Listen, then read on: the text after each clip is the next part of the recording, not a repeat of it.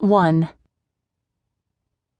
The train whistle sounds still far away, the sustained hollow note that haunts us even now, both measuring and overcoming distance.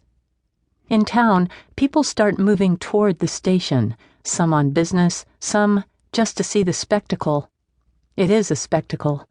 Down the curve of tracks, the huge steam engine thunders in, spewing black smoke and giving off screeches of brakes, cleaving irresistibly through neighborhoods and across streets, terrifying pigeons and carriage horses, bringing goods and news and money, possibilities and dreams. It stops. People climb on and off. Freight and mailbags move on and off in a great bustle of importance. While the huge brawling engine steams and grumbles in the station, all these people inhabit a much broader world, intimately connected to the ends of the earth.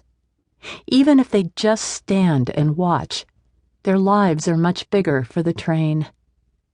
And much scarier.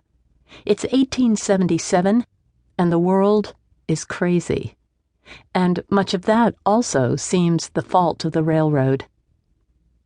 The year before, the United States had celebrated the centennial of its birth with a showcase fair in Philadelphia.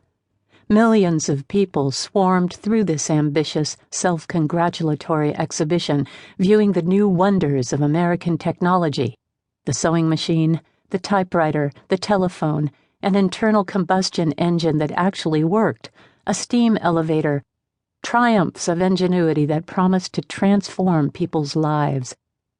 The observers walking by already knew, though, that these triumphs of ingenuity could transform their lives very badly, and while the country celebrated its 100th birthday, the men and women gazing in awe at the machines had every right to wonder if it could last too many years more. 3 years before the centennial, the collapse of a single bank precipitated the crisis of the 1870s, which is sometimes described as a depression but was really much worse. Depressions, as the name suggests, are troughs in the economic wave when production falls off and gross national product shrinks.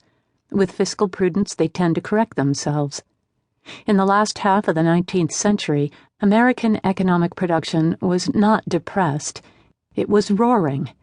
GNP continually grew, and not by modest percentages. By the end of the century, the wealth of the country would be 8 times what it had been 50 years before.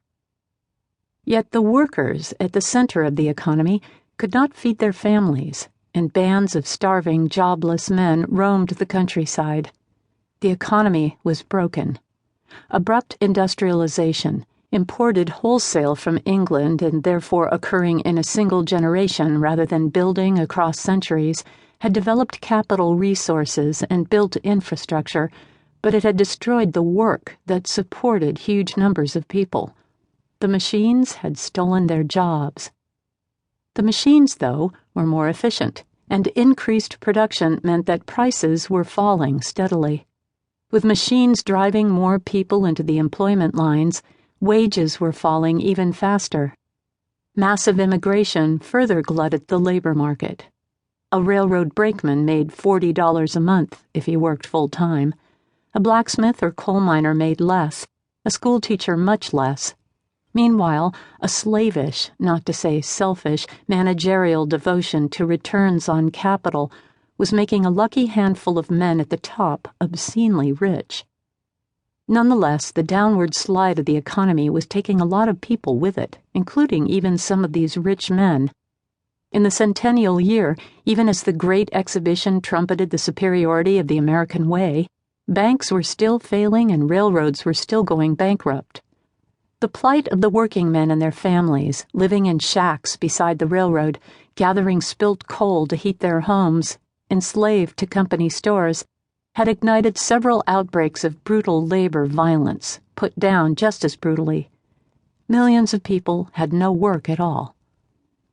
Washington was no help.